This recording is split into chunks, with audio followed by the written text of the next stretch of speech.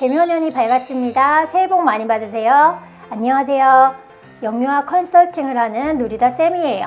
지난 시간에는 제가 영유아 교사가 된 이유, 그리고 유튜브를 통해서 어떤 이야기를 나누고 싶은지에 대해서 이야기를 했다면, 이번 시간에는 영유아 성장 발달에 대해서 이야기를 나눠볼까 해요.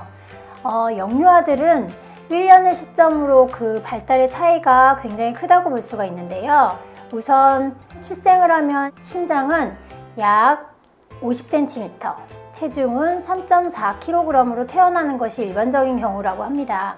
그런데 1년 동안 영유아의 신장 발달을 보면 약 25cm에서 30cm나 성장을 하고요. 체중의 경우에는 3개월 때는 2배, 1년이 되었을 때는 약 3배까지 증가를 한다고 합니다.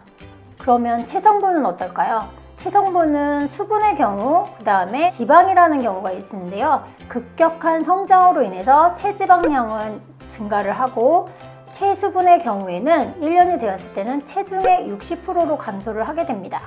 이것은 태변이나 그 외의 생활에 대한 변화로 인해서 그렇게 이루어진다고 볼 수가 있고요. 그리고 특히 부모님들이 관심을 가지시는 부분이 뇌성장 부분일 텐데요. 출생 후 1년까지 뇌성장 부분에 있어서 뇌세포 분열이 일어나는 시기예요. 그래서 이때는 내가 섭취하는 에너지원의 60%를 뇌 발달에 사용된다고 합니다.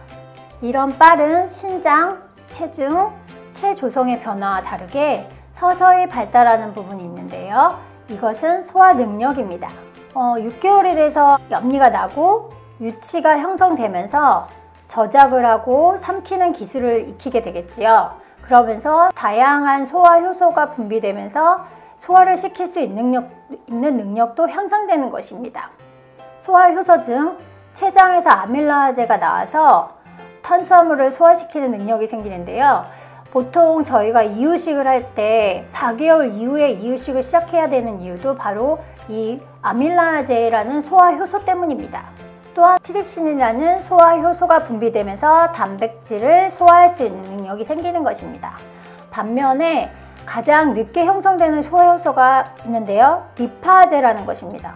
이것은 지방을 분해하는 효소인데요. 이래서 영유아 시기에 이 소화 효소가 발달하지 않은 상태에서 지방을 공급하게 되면 아이들이 소화를 잘 못 시키고 설사를 하거나 그런 증상을 보이게 되는 것이라고 합니다.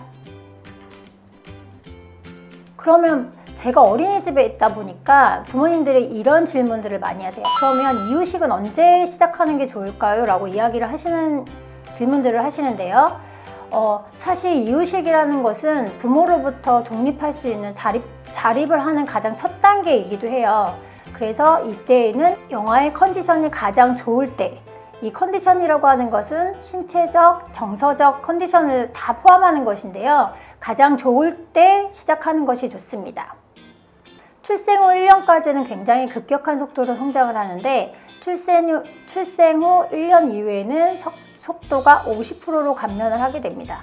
이때에는 만 1세에서 5세는 팔다리의 균형이 생기고 점점 성인의 모습을 갖추어가는 시기입니다. 특히 이때에는 아이들마다 개별적으로 그리고 그 시기 또한 굉장히 차이를 보이는데요. 성장 속도의 차이는 유전적인 요인도 있겠지만 무엇을 어떻게 공급을 하느냐, 어떤 영양소를 먹느냐, 환경은 어떠하냐에 따라서 그 영향이 더 크다고 할 수 있습니다. 특히 이 시기에 늘어나는 체중은 지방보다는 근육과 골격근량이 늘어난다고 할 수 있는데요. 이것은 점점 성인기의 모습을 갖춰가면서 그 체성분과 구조가 균형을 이루어가는 시기이기 때문이기도 합니다. 그리고 이렇게 근육과 골격근량이 늘어나는 가장 큰 영향은 기관에 다니기 시작한다는 것입니다. 기관에 다니다 보면 활동량, 놀이로 인해서 활동량이 늘고 신체적인 활동을 많이 하기 때문에 그거에 따른 골격근량이 늘어난다고 볼 수 있습니다.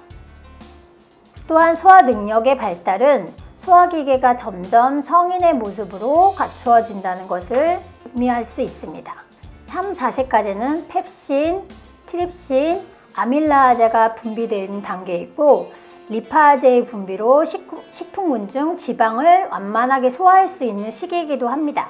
특히 3세에서 4세의 가장 중요한 특징을 본다면 탄수화물을 저장하고 다시 포도당으로 분해할 수 있는 능력을 갖춘다는 것입니다. 또한 소화 능력의 마지막 단계인 배변을 들 수 있는데요. 이때에는 자기조절 능력과 규칙적인 배변을 할 수 있는 능력을 갖추는 시기이기 때문에 이때 3세에서 4세의 배변 훈련이 완만하게 이루어질 수 있는 것입니다. 이렇게 영유아의 성장 발달에 대해서 이야기를 나눠보았는데요. 다음 시간에는 영유아의 영양에 대해서 한번 이야기를 나눠보겠습니다. 감사합니다. 다음 시간에 만나요. 좋아요와 구독도 눌러주세요. 안녕.